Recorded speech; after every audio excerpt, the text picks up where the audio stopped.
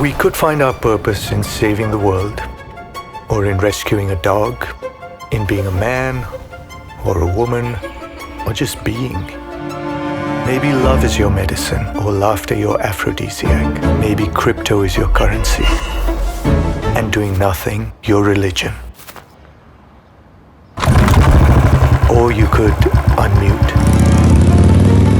be a fighter, be an activist or an influencer, a superhero, a lover or a loner.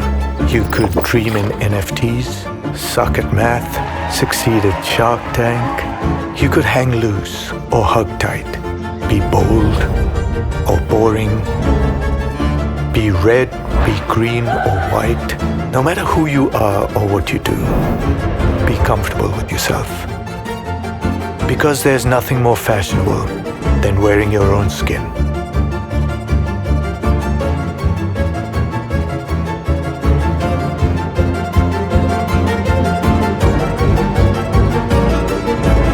Cottonworld, it's my freaking nature.